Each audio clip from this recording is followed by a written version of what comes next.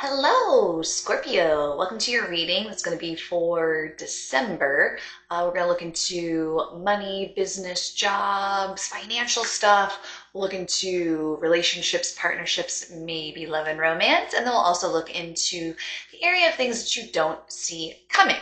So I pulled a couple of cards already and some interesting developments in December for you. First card you have is this card, and it's probably unclear, and that is intentional because it is the card of being unclear.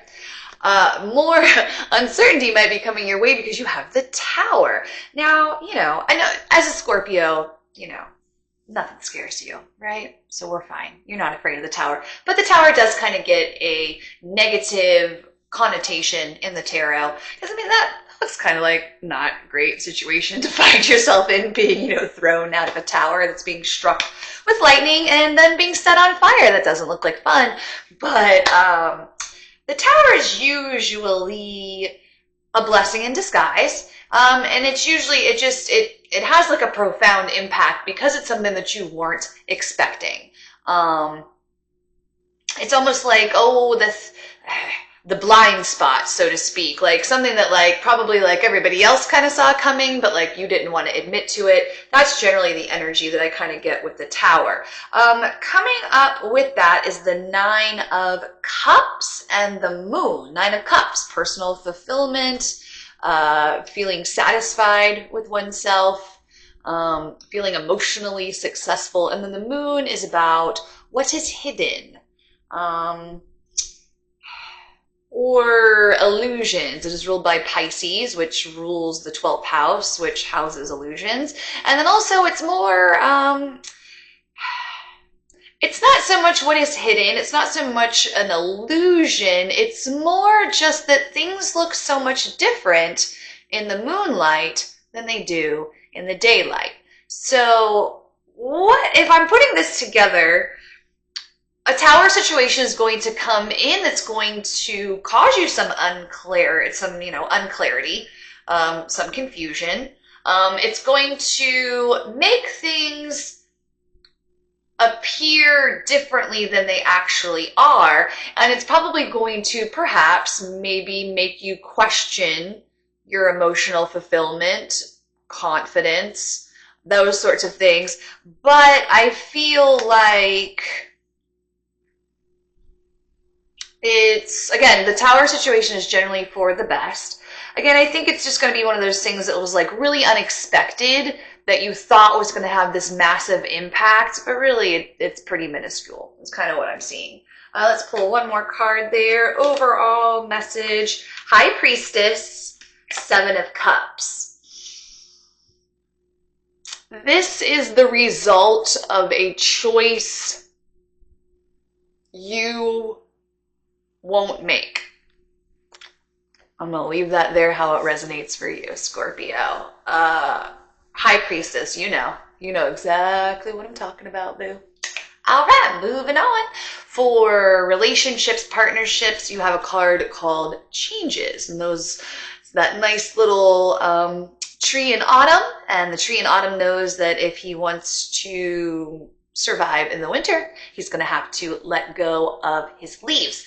But he has the confidence that after winter is over, the leaves will return, as well as beautiful blossoms, fruit, berries, all the good things. So the changes are inevitable and therefore your greater good. Coming up, we have the Queen of Cups. The queens are the cardinal signs, so cardinal water is going to be Cancer. So this possibly could be a Cancer. This also could be you. You are a water sign, or it could be a Pisces, or it could just be that some emotions are changing. The Queen of Cups is the only cup there in the cup suit that has that fancy kind of little urn there. It's the only cup that's closed. So perhaps there's some type of change in the way that you express your emotions, or just about how you feel in general about some partnership or relationship. Let's get one for Changes. What's changing? the Queen of Wands. All right, Queen of Cups, Ace of Cups. Very nice. All right, so the Queen of Wands, she would be cardinal fire, so she would be an Aries. She could also be Sagittarius or Leo. So let's see, we've got two queens, an Ace of Cups, and changes. Maybe the way that you feel about perhaps this is showing you, especially if you are a divine feminine, perhaps these two queens are different sides of yourself. The Queen of Cups rules the emotions. We have the Ace of Cups here, which I mean like the emotions are just kind of spilling out. So I almost kind of see, do you see like a very different energy? Like she's got that urn all closed, all the emotions are inside, and then this is the emotions coming out. So perhaps there is going to be, with Queen of Wands, she is fire. Fire is an initiator. Fire is a creator. Fire is the spark. So, I mean, perhaps there is a change in the way that you deal with your emotions. A change in the way that you feel about a certain queen. If it was a change about how you feel about a certain queen, I would say it would be more about the way that you feel about the Queen of Wands energy. And again, she could be a fire sign. She could also just be kind of somebody that's kind of sassy. The Queen of Wands is also, I mean, like, of the tarot, if one of the queens was kind of like, you know, the sex pot, it would be the Queen of Wands. So perhaps this is also about some type of changes. Perhaps maybe a relationship that was once purely sexual is now becoming more emotional. Maybe it's deepening. Maybe your feelings for someone are deepening. Could also be, I mean, if you are a divine masculine, I mean, maybe there are two queens in your life that you are trying to decide over, or maybe, I mean, maybe you're with one person and you want to change over to another one, you know? Let's get one more card here. Overall energy for Scorpio. Relationships, partnerships, 5. Competition, conflict. You know, however this resonates, whether you see yourself as the Queen of Wands or the Queen of Cups, I mean, this could be perhaps competition. There's a change, so maybe I also could see this as maybe somebody that was dating around and is now maybe kind of deciding between these two people, or has narrowed it down to just the one person. Let's get one more. Why 5 of Wands here? Page of Pentacles. Some type of new start to something. A page, oh, what is, I heard somebody say like Page of Pentacles is a first date. So, interesting. Take it as it resonates. If it does resonate with you, I'm curious, do you see you're more the Queen of Cups, Queen of Wands? Maybe there's somebody in your life. I'd love to hear. All right, so for what you don't see coming, wake up, wake up. You know, with this in conjunction of the Tower, I mean, something is probably going to happen. Page of Swords is arriving with that wake-up call in the area of the things that you don't see coming. Page of Swords, he to me is the most unreliable of the pages. Page of Pentacles is the most reliable. Pages usually mean some type of incoming message, an offer being extended.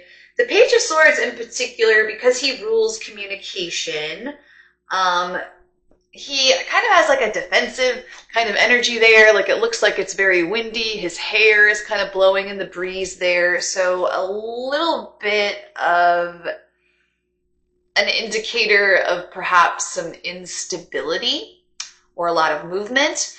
He also has all of, though you can't see them probably, but there's a lot of tiny little birds up over his head. For instance, the Queen of Swords only has one bird. She has a clear, concise message. With all of these little birds here way in the distance over the Page of Swords head, it's that there's a lot of information swirling around and not all of it is true. This is often the sign of gossip, slander, somebody repeating a statement without checking to see if it was fact first. The spread of misinformation. So maybe you need to wake up to the fact that some misinformation was being told to you. Perhaps you need to wake up to the fact maybe somebody is gossiping about you. What else do we need to wake up to? The King of Swords. All right, so you've gone from a Page of Swords to a King of Swords. So I see some type of progression in a situation. And really, again, the need to discern what is true and what is false. Page of Swords, any more information there? You've got the Nine of Wands and the Hermit, which is also a number 9 card. The number 9 is of significance. The 9th house is Sagittarius. The 9th month is September? No. August. No? Yeah, no, it's September. So maybe something happened in September. This is kind of telling me that whatever the situation is, it's going to require you, again, the Hermit is all about wisdom. The 9 of Wands is about pursuing a goal to the end, having the courage and the ability to see something through. So again, I see you really needing to decide what is real. And I also feel like this might require you to stand on your own. 9s are usually about attainment, but they are about attainment on a personal level. You know, the 9 of Pentacles is the lady alone in the garden who's successful and wealthy. The 10 of Pentacles is the whole family there and their legacy. So the 9s are about, you know, the self and standing on one's own, you know, persevering alone, even if that means that, you know, maybe even if nobody is on your side, if you really feel like the situation is untrue, if you really feel like somebody has been unfair to you, I really feel this is a need to express that and express your truth. Let's get one more card. For the Moon, that's 3.